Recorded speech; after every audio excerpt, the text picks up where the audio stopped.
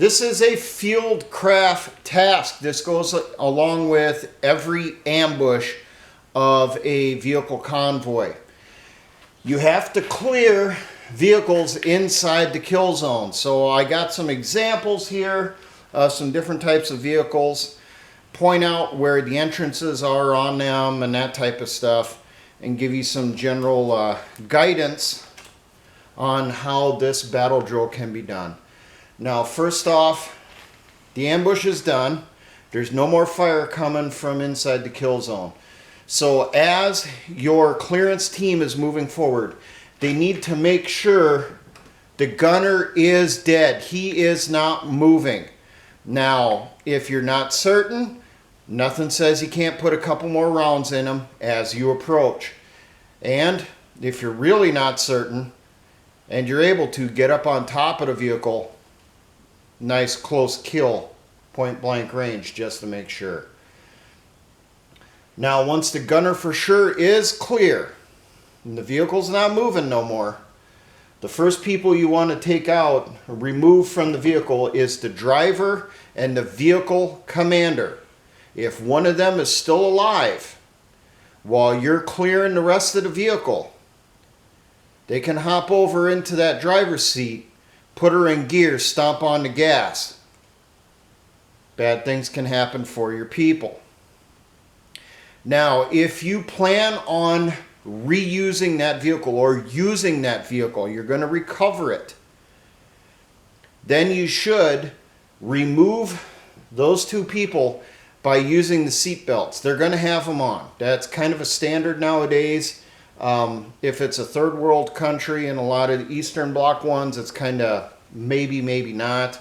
But at least NATO standard, Western standard is everyone has to have a damn seatbelt on, primarily in case there is a rollover of that vehicle. Hit the button on that seatbelt, let the seatbelt loose, grab that driver, yank him out of the vehicle, toss him down on the ground hard. Do the same thing, have someone on the other side doing the same thing to the vehicle commander.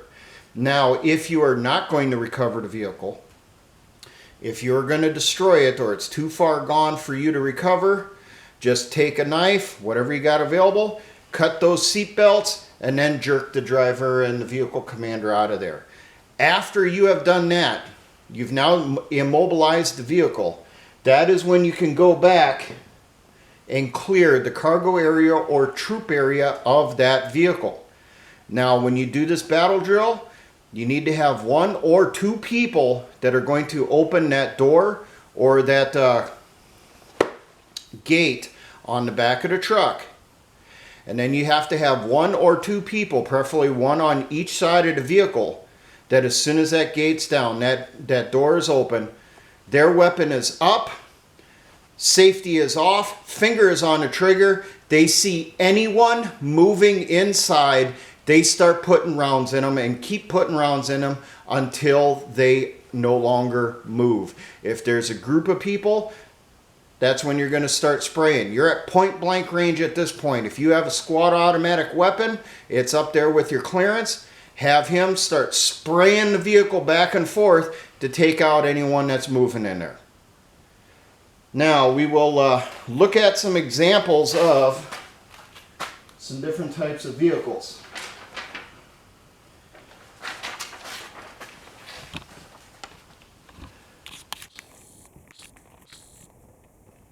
Okay, I have here two U.S. cargo trucks that are still in the inventory. You have the FMTV series, family of medium tactical vehicles, and the M939 5-ton. Now, the doors on the FMTVs, which I did not know this till today, they do not open like a normal door. The hinges on these are actually on the back of the door and the latch is towards the front. So they have basically the suicide doors, as they used to be referred to in automotives. Now, this, as you see these cabs here, these are up-armored cabs. So that means they can lock them from the inside. The chance of you getting that open without having the correct key device It's kind of like an Allen wrench, if I remember correctly, for MRAPs. If you don't have that, you are not going to get that door open. So then your next option would be, if there's a turret ring on top, that's the only way you're going to be able to access it. But how you're going to get up there, you're going to have to be a monkey boy, climb up the side or up through the back to get in the cab. If that's the case, you cannot clear the cab. Up here, have someone maintain watch while you clear the rear and then try getting up inside. If you can't get inside, period, there's no turret ring on top, have someone up front watching, make sure that those two bodies are not moving in there. You start seeing someone jumping into the driver's seat, that person needs to start calling it out that, hey, someone's still alive, so that the crew that's in back has time to react and get the fuck away from the vehicle before she starts moving out. Now, on the 939, everyone I was ever around was never up armored. It's possible they do have up armored versions of them now. I'm not certain. The doors cannot be combat locked, and it's just a simple handle on it, grab it, turn it down, pull the door open. Now the back gates on all these cargo trucks, and I'm guessing it's probably the same on the former Comblock ones, Russian made ones, you're going to have two latches, one on each side. You're going to have one person on each of those latches before you try opening up the cargo area. If you have the canvas on back, the flap is down, before you open up that gate, you're going to have to disconnect that flap from the gate there so that that flap is free. Then your two people, one on each side, will hit those latches, open it up, let the gate fall. You have one person or one on each side, then comes around, clears the back of the vehicle from down on the ground. Once it looks semi-safe from down on the ground, you'll have one person maintain security here. One person at least will go up into the back of the truck, make sure anyone that's in there is for sure dead, and if they're not, to kill them. Now, one thing you can do for when you're going up inside here to clear it, make sure that your weapon is still pointed inside the vehicle. Grab those bodies and just slide them out the back. Let the blood, act as lubricant. Slide them out of there, toss them out the back so they hit the ground hard. If the person out here hears an oomph when that body hits the ground, you know that person's alive, put a couple rounds in them. So first thing, clear the front, the cab, then clear the rear. If there is a gunner dead on top, you can get the cab open. Typically, you can just grab them from inside the cab, yank them down in there, and then toss them out of the vehicle. Now next up, we're going to have a couple gun trucks. These are not MRAPs. These are gun trucks. First off, we got the ubiquitous Humvee gun truck. There's how many different types of them now? I did a video on identifying Humvees a long time ago. Down here we have a Russian Gaz Tiger. This is a gun truck. This is not an MRAP. How can you tell? Look at the bottom. You do not have the sloped armor that is to deflect away the blast from a landmine. This thing is armored. However, as we're seeing from footage in Ukraine, they're not armored very well. Now, first off with the Humvee here, the only entrances are the 4 doors, 2 on each side, and the turret up on top. The cargo area back here, there is a small access door behind the rear passenger seats that you can open up, reach back into the cargo area to get at something. But it's I wouldn't try crawling through it, especially if you have gear on.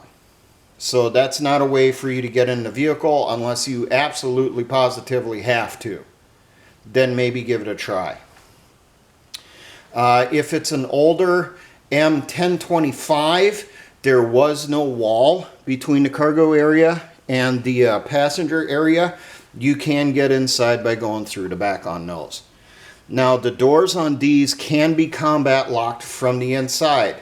The standard procedure was, the SOP was, as soon as you got inside one of those things, you closed the door, you automatically had to do the combat lock. So then the only way you can get inside is through the open turret. So what you're going to do in this one, you're going to have to get up on here, probably 2 people, grab that gunner, one on each side, yank them up and out of the fucking turret and toss them to the ground. And then while someone's watching from the outside, make sure there's no movement. Someone who's rather stripped down in gear has a smaller weapon, submachine gun, sawed-off shotgun, something like that, pistol at worst, jumps down inside, opens up one of the doors, pushes out one person. The guy that's inside, he then does the same thing on the other side. Come up with your battle drill on how to clear the vehicle at that point. On the Tiger, there are 2 doors in the front and 1 large door at the rear. There's also turret up on top, or at least a gun position up on top. I do not know if they can be combat locked, but I do have a suspicion they probably can be, but I'm not 100% certain because there's a lot of video footage out of Ukraine of these things shot up and the back door is open as they're pulling stuff out. So I don't know, is there a combat lock on there or not? I can't say for certain. For these, probably the same thing. Make sure the gunner's dead on top. If you can get the front doors open them up, pull out the driver and the vehicle commander from up front, and then clear the rear area like you would on a cargo truck. Now next up, we got MRAPs.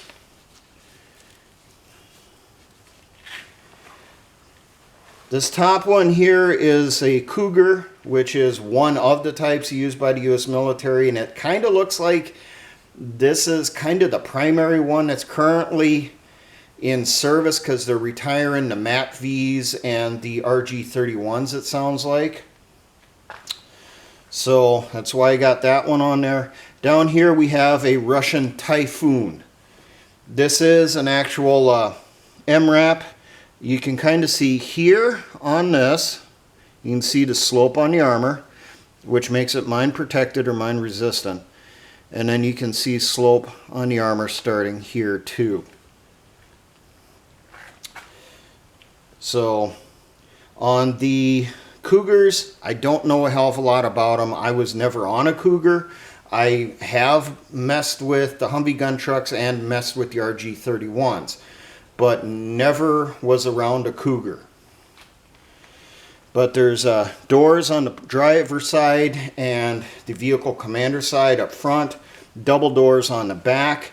I know for a fact that the MRAPs used by the U.S. military do have combat locks from the inside. Same procedure as I told you for the Humvee. For when you got inside, you set that combat lock. So if the doors are combat locked, the only way you're going to get in is the turret ring up on the roof. Same procedure as before. Somehow get your tail up there, or a couple of you get up there, yank the gunner out, clear the vehicle. Typhoon, looks like we have 2 doors on each side, turret ring on top, and a door in back is what it looked like in some of the other pictures I was looking at. So go through, check the side doors, remove the driver, vehicle commander, anyone who could be in a passenger position here for all we know.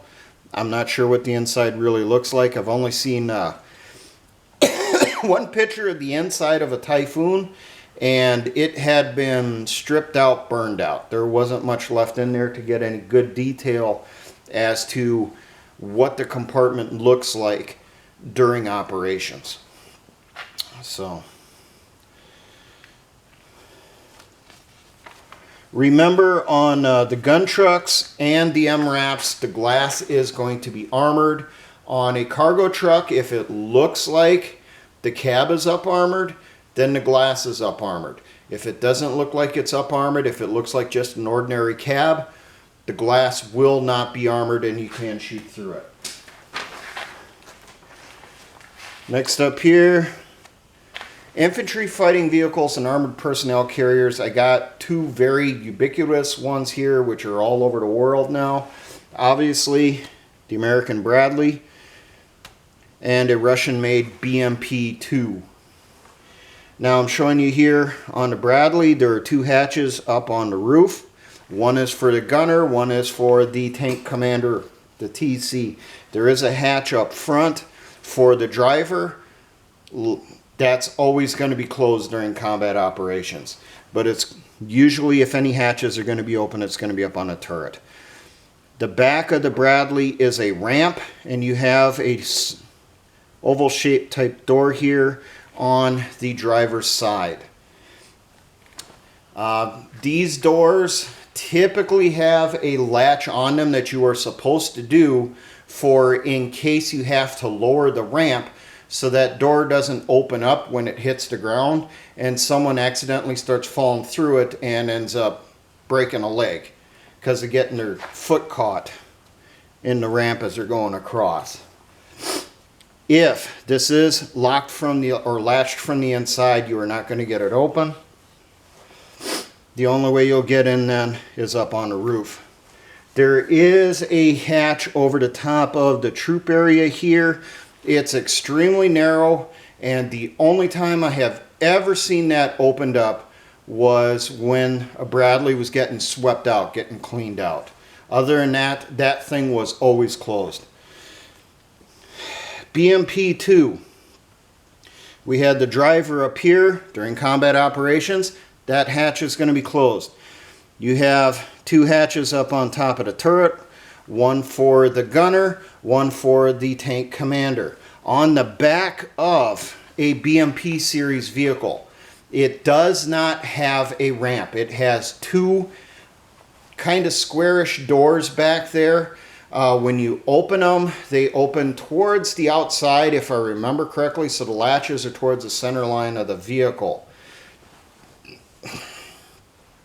Those two doors are the fuel tanks on the BMP series. My guess is they can probably be combat locked from the inside, so if they are latched, you can't get it open, your best bet for getting in is probably through the turret. Now, any of these vehicles, IFVs, APCs, MRAPs, that are completely sealed up. You come upon them, all the hatches are closed. You can't get any of them open no matter how much you jump up and down on a thing. Sometimes it happens you can jump up and down on a hatch on top of an armored vehicle and the spring in the latch will pop, allowing the hatch to open. If you can't get it to pop open within 3 jumps up and down on it with your full body weight, or at least one good, have one foot on the side, jump down onto the hatch with the other foot, and then raise your foot, see if the hatch opens. You do that 3 times, it doesn't open. You're not going to get inside. There's probably people still alive inside there. So your next bet on that, you're not going to get anything out of that vehicle. Set the damn thing on fire or blow it up.